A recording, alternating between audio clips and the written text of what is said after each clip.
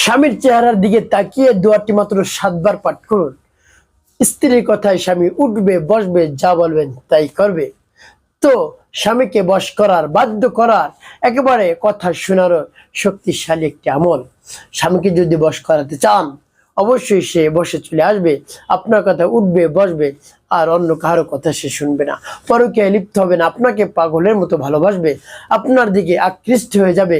আপনাকে ছাড়া আর কাউকেই সে চিনবে না, কাউকে আর দেখবে না তার চোখে। তাই স্বামীকে বশ করানোর জন্য, বাধ্য করার জন্য আপনি আমলটি করতে পারেন স্বামীর চেহারার দিকে তাকিয়ে। প্রিয় মা ও বোনেরা, এভাবে যদি আপনি আমলটি করতে পারেন বিশ্বাস নিয়ে, আস্থা নিয়ে, তাহলে অবশ্যই স্বামী বশ হয়ে যাবে। স্বামীকে আপনি বাধ্য করাতে পারবেন, বসে আনতে পারবেন, কথা শোনাতে পারবেন।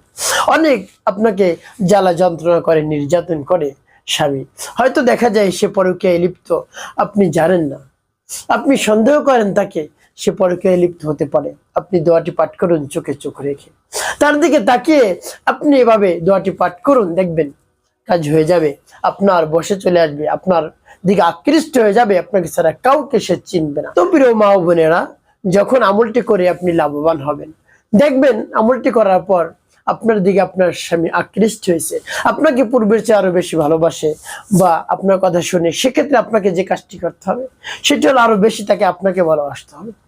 সে সময় যদি আপনি তাকে অ্যালাউ না করেন, আর বেশি ভালোবাসা না দেন, তাহলে কিন্তু সে আপনার দিকে আকৃষ্ট হবে না, বেশি দিন থাকবে না যদি হয়েও থাকে।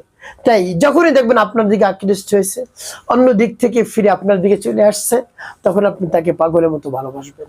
সে যেরকম ভালোবাসতে চায় আপনি তার চেয়ে বেশি তাকে ভালোবাসবেন, তাকে কেয়ার করবেন, দেখবেন আর জীবনে আপনাকে ছেড়ে যাবে না, আপনার সাথে মনোমালিন্য হবে না, ঝগড়াঝাটি হবে না, পরকীয়া সে লিপ্ত হবে না। আপনি একটু ভালোবাসা দিয়ে দেখুন না। প্রিয় মা ও বোনেরা, তো আমলটি শুরু করার ক্ষেত্রে কি করতে হবে? শুরুতে উত্তমরূপে পবিত্রতা অর্জন করবেন। পবিত্রতা অর্জন করে পবিত্র স্থানে আপনি বসবেন।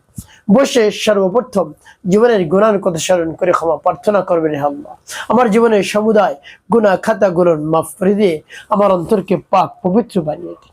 এভাবে আল্লাহ রাব্বুল আলামিনের কাছে আপনি মন খুলে প্রাণ ভরে বলবেন। এরপরে 3 বার দুরূদ শরীফ পাঠ করবেন, সাল্লাল্লাহু আলাইহি ওয়াসাল্লাম, সাল্লাল্লাহু আলাইহি ওয়াসাল্লাম, সাল্লাল্লাহু আলাইহি ওয়াসাল্লাম।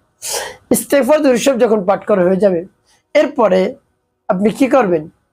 এরপর আপনি সেই দোয়াটি যখন পাঠ করবেন, এর পূর্বে আল্লাহ রাব্বুল আলামিনের কাছে বলবেন, আল্লাহ, আমার স্বামীকে বাধ্য করে দিন, সে যেন আমার বসে চলে আসে, আমি যা বলবো তাই যেন সে করে, সে যেন আমাকে পাগলের মতো ভালোবাসে। এরকম যদি আপনি বলতে পারেন, মনে ব্যথা নিয়ে, বেদনা নিয়ে, একেবারে পরিপূর্ণ বিশ্বাস নিয়ে কাজ হয়ে যাবে ইনশাল্লাহ। আপনার দিকে আকৃষ্ট হয়ে যাবে, আপনাকে ছাড়া আর কিছুই চিনবে না, কাউকে সে ভালোবাসবে না।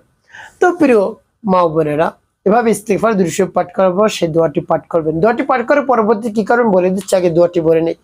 বিসমিল্লাহির রাহমানির রাহিম। وألقيت عليك محبة مني وألقيت عليك محبة مني। এভাবে যখন পাঠ করে হয়ে যাবে, একটু ফু দিবেন, তারপর আপনি আবার পাঠ করবেন। وألقيت عليك محبة مني وألقيت عليك محبة مني। পাঠ করে সবার, তারপর আপনি মনে দরদ নিয়ে আবার পাঠ করবেন। وألقيت عليك محبة مني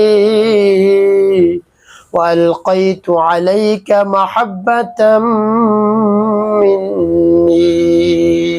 পাঠ করে সবার। মা বোনেরা, কতবার পাঠ করবেন? 7 বার গুনি গুনি পাঠ করে 7টি ফু দিবেন।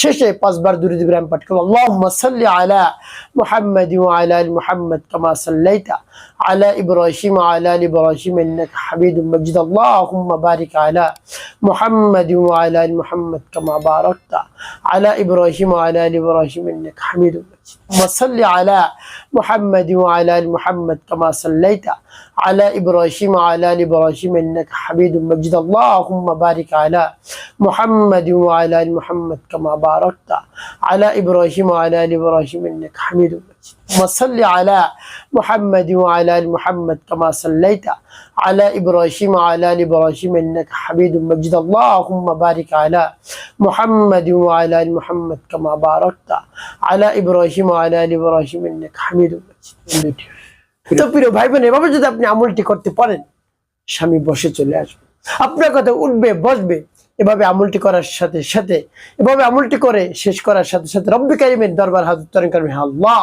আপনি হলেন আমাদের খালিক আমাদের মালিক আমাদের হায়াত দাতা জীবন দাতা রিজিক দাতা সবকিছু আপনি দিয়ে থাকেন আমার এই সমস্যা সমাধান করে দিন আমার মনের আশা আকাঙ্ক্ষা বাসনা কামনা পূরণ করে দিন আমার ভালোবাসার মানুষ অর্থাৎ আমার স্বামীকে বাধ্য করে দিন আমার বসে এনে দিন আমার সব কথা জেনে সে শুনে আমাকে যেন পাগলের মতো ভালোবাসে এভাবে রব্বি কারীমের কাছে মন খুলে প্রাণ ভরে বলবেন দেখবেন অবশ্যই কাজ হয়ে যাবে ইনশাআল্লাহ একটি কাজ করতে হবে আপনাকে 5 ওয়াক্ত নামাজ আদায় করতে হবে মানুষের খিদমতে কল্যাণে কাজ করবেন অবশ্যই আপনার জীবন হবে সুখময় এবং শান্তিপূর্ণ ইনশাআল্লাহ